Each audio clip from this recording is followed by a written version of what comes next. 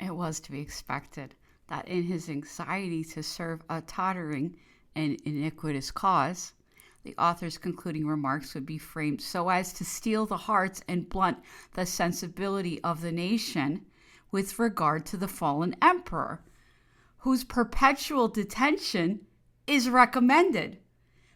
with all of the obdurate inflexibility of a being who not only exults in the perpetration of crimes itself, but like the arch fiend,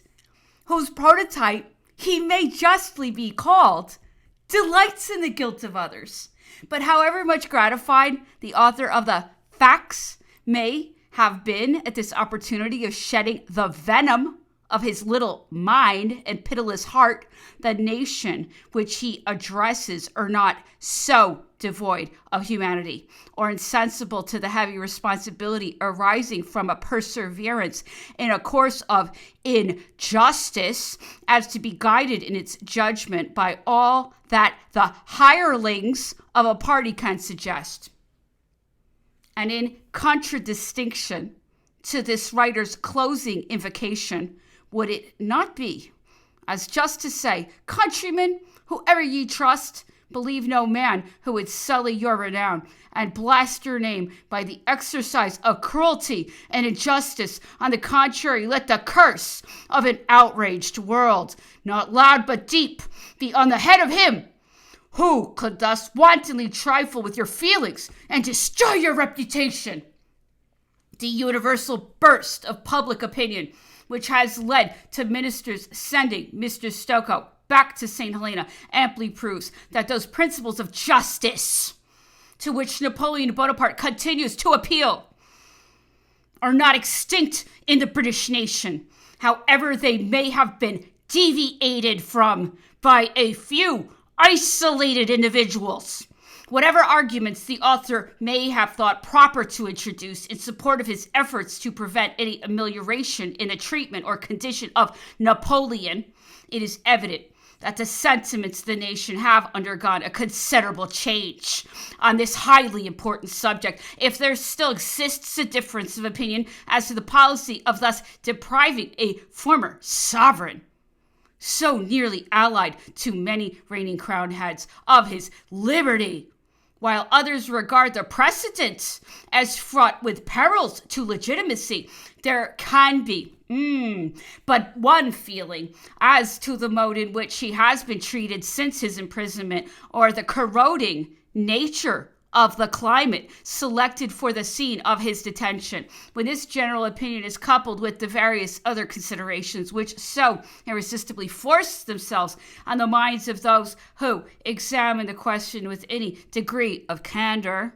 no wonder if the great and generous sentiments which have always characterized the majority of the British nation should be so clearly manifested in the present occasion. This will account for the very eloquent and spirited manner in which some of the most distinguished political writers of the day have treated the subject within the last 6 months, and more particularly since the recent publication of Count de Las Casas appeared.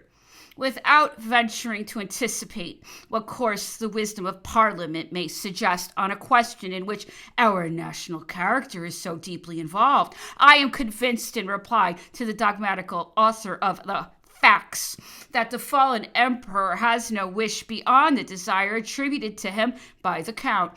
If, as this libeller insinuates, a spirit of revenge formed the ruling principle in Napoleon's character, he had ample opportunities of displaying it to the world during his unprecedented successes over the continental sovereigns. But the fact is, the state of Europe, no less than a total deterioration in his physical powers, not to mention the time of life at which he has now arrived, renders future tranquility an object of exclusive solicitude to the fallen ruler. Such, at least, is a conviction produced on my mind by the various conversations that took place on the subject of his present reflections and future views during my residence at Longwood. And although I am not so weak as to imagine it will have any weight with the author's friends, I should not have been justified in omitting this opportunity of adverting to the circumstance for the information of other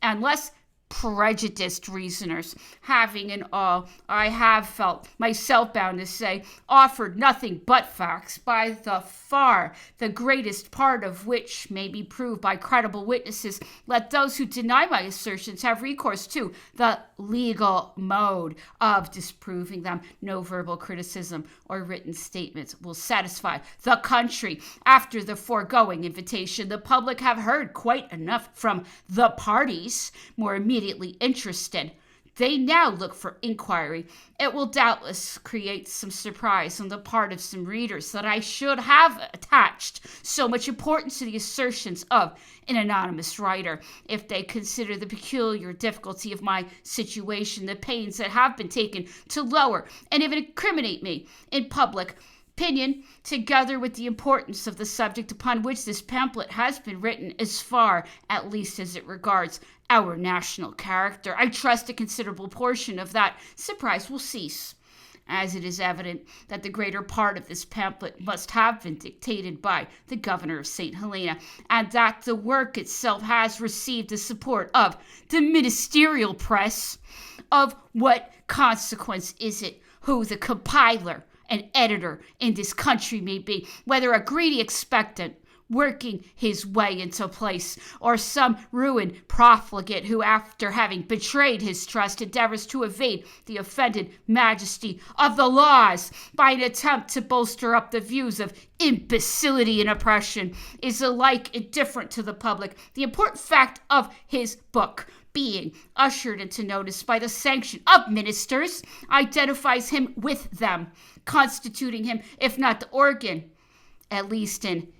agent of administration. With respect to the two persons upon whose assertions and conduct I have been principally called upon to animadvert and contradict in the foregoing pages, they have no cause or indeed any right whatever to be surprised at the steps I have taken to bring them thus before the bar of their country. From one, I have experienced insults, oppression, and indignity. From the other, abuse, slander, and calumny. It is said that a worm will turn if trod upon. But what accumulated injuries have I not sustained, represented in the foulest light to His Majesty's government, and deprived of my hard-earned bread, without the shadow of a trial, not allowed to explain the motives of my conduct or expose that of others. It was doubtless anticipated by those who had meditated my ruin, that I should also tamely submit to be branded as a traitor. They are now undeceived on this point, insensible to shame, as they have been callous to the voice of humanity. I leave them for the present to those reflections which their own conduct has generated, and console myself by repeating a memorable saying of Napoleon when dwelling upon the character of the one, which is equally applicable to them both. S'il échappe à la justice de la loi qu'il viole, n'échappera pas à la justice de l'opinion de tous les hommes éclairés et sensibles. If they will escape from the justice of the law that they violate, they will not escape the justice of the opinion of all sensible and clear-minded men.